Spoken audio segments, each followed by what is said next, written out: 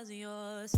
I'm going back, I'm going back, I'm going back, I'm going back, I'm going back to who I was before. I like me better, I like me better. Hey guys, and welcome back to my channel. So today we're talking about the best and the worst things that Colourpop has ever launched. Now they're still a fairly new company because I believe they came out in 2014, 15, something like that. They haven't been around like a decade, right? But we have a lot of options to talk about. So if you guys want to know what my thoughts are, then let's go. Now let's start with the best. First thing I think is one of the best things they ever launched is the Pretty Fresh Tinted Moisturizer and Concealer Duo. It's like a whole collection that they came out with. That was one of the best things that they put out there, especially the Tinted Moisturizer, because even though it is a tinted moisturizer, it's still giving you enough coverage to feel like you did a little something as far as foundation goes on the face, but you can lighten it up. You can, cover it up more if you want to with it. You can work with it in multiple ways, so I like that about it. They've got the shades, even though it is a tinted moisturizer. Okay, they didn't give you that it's a tinted moisturizer, so we only need to have 7 shades of it. It's Colourpop, so it's affordable. That's probably one of the best things about Colourpop. The brand in general is going to be affordable. It's gotten a little more expensive over the years, but it's also an affordable tinted moisturizer.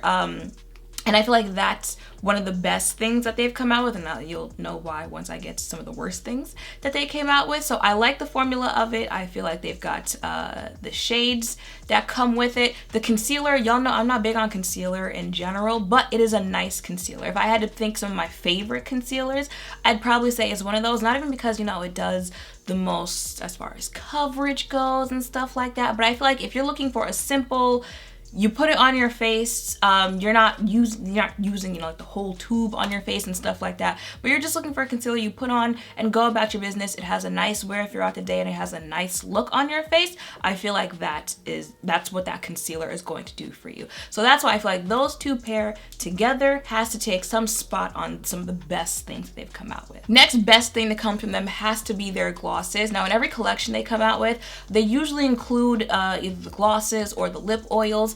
But I'm talking like the So Juicy glosses. First of all, they give me very like beauty supply store glosses. It's not gonna cost much, but it gets the job done, okay? And So Juicy is exactly how your lips look after you wear them. So Juicy specifically, but they also have other glosses. And I just feel like their glosses in general do what they have to do.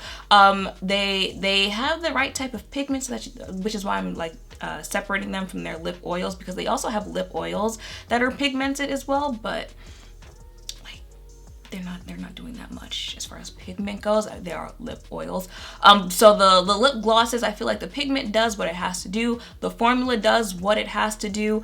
Again, the whole like affordability thing there, but really the So Juicy ones specifically, those are probably the best glossy, shiny finish lip product that they come out with. So it has to be in this top category. I was gonna pull everything, but then I was like, I didn't want to. So I'm just have the pictures and the products and the information popping up on the screen as I talk. Now, I haven't used these in a minute. I haven't used very many brow products ever since I got mine microbladed, but these used to be the thing, okay? When I was actually like drawing my brows on, their brow color, well, brow products, but specifically their brow colors, they were like a dupe for the Anastasia Pot brow products. Those, I don't even know if they still sell them, but that's the thing about Colourpop, okay? They have the good, the things that should have remained staple products, and then they just start plucking them off the site so they can make room for all these other collections. But anyway, those did what they have to do, okay? Now,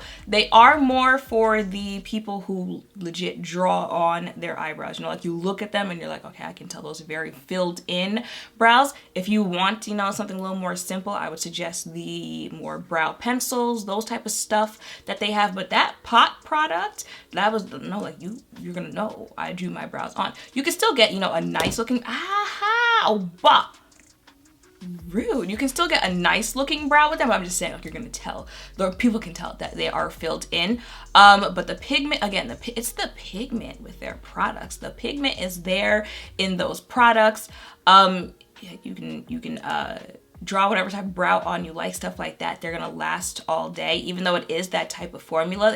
Your brows aren't melting off by the end of the day. Do they even even still sell that? Because I feel like I don't see people talking about it anymore. It could be because, you know, people are experimenting with different things for their brows, but I feel like I don't hear people talk about their brow products at all. Like, any of them, the brow pencils, the pen, anything that they came out with, like brow, I feel like I don't even see them promoting that anymore. So it's like, do they still make that? That's what I'm saying about removing the good things and leaving everything else. But those were some of the best things that they ever came out with. Super Shocks. Now come on, we can't talk about the best things that they ever put out without talking about the main thing that put Colourpop on the map, okay? If we go back like 5-6 years ago, you wanted a hit video, do a video on their Super Shock shadows. And again, it was probably because it was a type of formula that like you hadn't really seen around on the beauty community. It was like a mushy type of consistency. It's like you really gotta close the pot so it doesn't dry out and stuff like that. It was pigmented. They had it in all these colors and all these shades. So that's what really put Colourpop on years ago. I still use them to this day. Again, they don't promote them as much as they do the collections and the eyeshadow palettes, but that is what put them on, and that is one of their best sellers. Okay, that's that's where you should have kept your main focus on, okay, and kept putting those out. But that's one of the best things that they came out with. Works nicely if you're using, you know, matte shadows, other shimmer shadows, like plays nicely with other products, other brand stuff like that. And again, affordable. I'd listen. And the last best that I have are their lip liners. Again, just a product that does what it has to do. But again, Colourpop, we've got some beef, okay? Because over the years, you kept discontinuing some of the colors that like I really needed, especially the browns, okay? But the actual lip liners themselves, really creamy, but still stay put on your face once you use them. And again, all the others, they're all pigmented. They had shades that really worked for me as far as lip liners go, because you know my lips are darker as in like they have their own kind of lip lining thing to them, so it's hard finding lip products that are the same shade as my natural lip lining. Like I need really dark type of browns. Like I bought this one from Uma Beauty, I don't know if you guys saw that video, and it was still too light for me, so there's that. But their lip liners are really nice as well. And I want to say an honorable mention for some of the best things that Colourpop puts out are their influencer celebrity collabs. Shayla, Christy, Karrueche, Ellery. They do influencer collabs really nicely. Like you look at the collab and you're like, yeah, that definitely says Christy. Yep, that says Ellery, that says Shayla. And then the products themselves, I definitely liked the eyeshadow palettes that came from Christy and Shayla's collaboration a little bit better than I do the other ones, but that's also because they probably give the influencer more say-so in what's being put in to the palette. And Shayla and Christy, because you know Shayla, she's obviously closer to my skin tone, and Christy, if you know who she is, she usually plays more with color. She plays more in depth with her makeup looks in general. So that's probably also why like those palettes spoke more and were, you know, able to work better for my skin tone. But Ellery, like her lip product, stuff like that, like they do influencer collabs really well, so I will give them that. Now, let's talk about some of the worst things that they've put out, okay? This technically isn't like a thing, but it's something about Colourpop that I don't care what anyone else says. Like, that's business. That's what they're supposed to do. They're in the business for making money. It's weird to a lot of people. It's annoying to a lot of people, okay? And it's how many collections Colourpop puts out, okay? I will have on the screen every collection that they've put out this year pop up, okay? Just watch every collection that they put out this year pop up on the screen. There are some companies that probably haven't put that many things out in general, okay? And that's all that they put out this year, okay? During quarantine, I felt like everywhere I turned around, there was a new Colourpop collection coming out. They put a new one out like a week, and not only that, there are collections that you can look at and you can say, that looks like you just changed the name of that collection. Those shades look like the same exact thing as that one, and it's like, 10 years from now, if nothing really sticks, because one, they all start morphing into each other and none of them really have that big pop, you know, that legendary pop of chocolate bars, the legendary pop of naked palettes. Like, did you really leave a mark? Or were you just there? But that leads me into what I think is one of like the worst things that they put out there. Again, I just talked about the Shayla and Christy palette, and how they have some good ones, but in general, I'm not here for a lot of Colourpop eyeshadow palettes.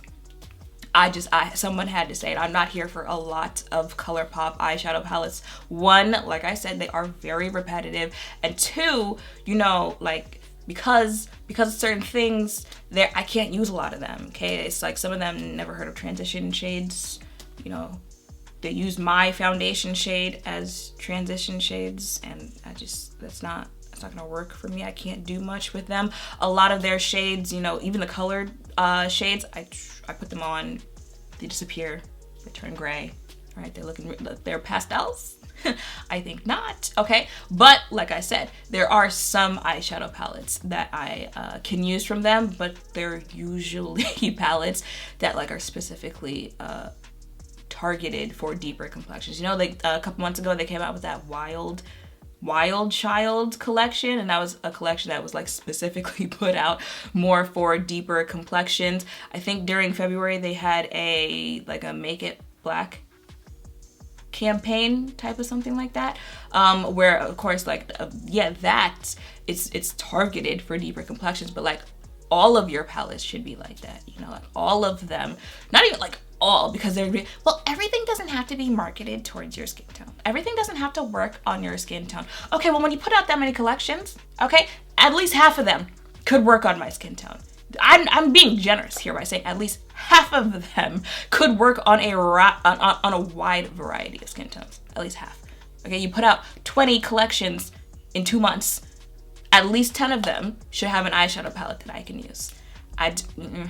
Moving on before I really get to chatting, okay? The next thing that I was just not here for, which is also why I gave the Pretty Fresh collection its props, are the No Filter collection. Like, that was when they first started making complexion products. Y'all know, like, if you were here for that, that was a big thing in the beauty community, all right? Everyone was like, well, we love their eyeshadow products, we love their lip products. So now they're coming out with foundations. Like, okay, we're expecting a lot from you, and my expectations were not met, especially because their No Filter collection broke me out really badly.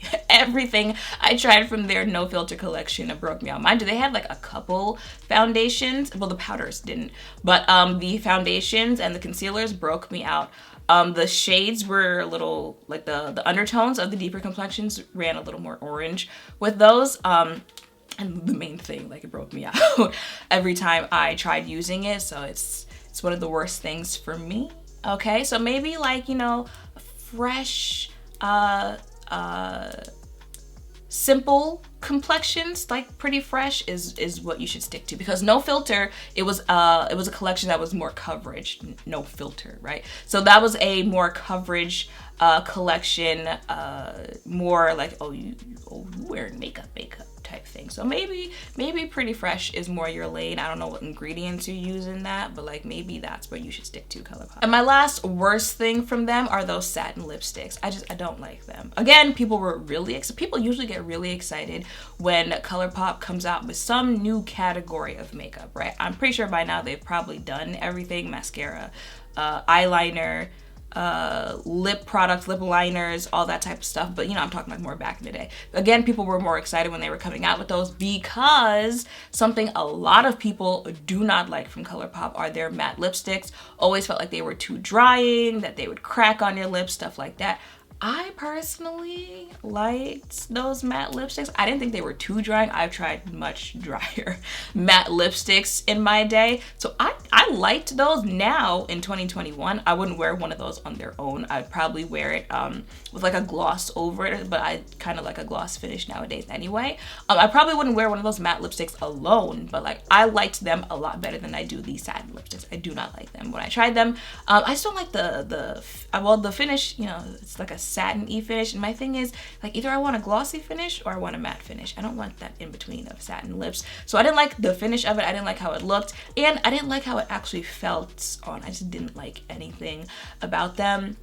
I know other people do, but again, this is me saying what I think is the best and worst from them. So that is one of the things I think are the worst, and I guess I'll make an honorable mention of the matte lipsticks just because I know a lot of people do not like them. But like I said, I've tried drier, so if you want to try them out, I mean, they're like, what, $6.50, $6.25, $6.50, something like that. Just throw one in the back and see what it's like. And those are my thoughts on the best and worst things to launch from Colourpop. Everything else just kind of floats in the middle of, it could be good, it could be great, it could not be good, it could be really, really bad, right? I'm pretty sure I've tried just about everything that they've come out with. It's hard to remember when they've put out so much, but yeah, eyeliners, blush, they have really nice blushes. I don't know if I put that in the best category, but they have nice blushes.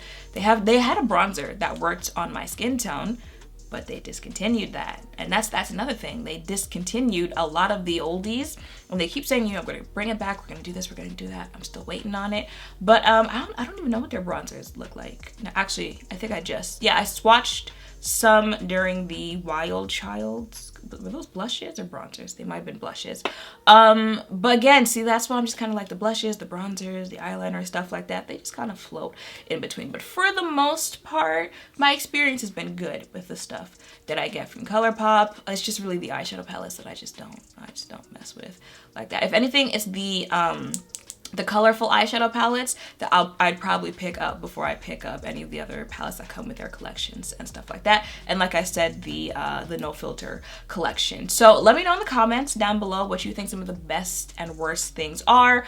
What you just think of the progression of Colourpop throughout the years. Let me know all of that down below. Make sure to thumbs up, comment, subscribe, turn on notification bells, all of that down below. Thank you all for watching. I'll see you in the next one. Bye.